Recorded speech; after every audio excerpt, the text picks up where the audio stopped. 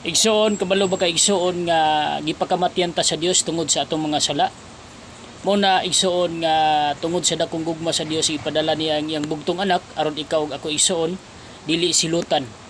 Muna nga kinahanglan nga sa atong kinabuhi dili nato ikaulaw ang pagpaminaw, pagpamati is pulong sa Ginoo, pagkinabuhi sa pulong sa Ginoo kay sa adlaw sa paghukom igsoon ingon diha sa Marcos 8:38 busa kun ako og ang akong pagtulunan ikaulaw sa usa ka tawo niining dautan og makasasala nga kaliwatan, ikaulaw usab siya sa anak sa tawo. Inig abot niya inubanan sa himaya sa iyang amahan, kuyog sa mga anghel nga balaan. Igsoon higala kun dili ta magkinabuhi sa mga pulong sa Ginoo, dili nato paminawon ang mga word of God nga ginasira sa mga alagad sa Dios igsoon.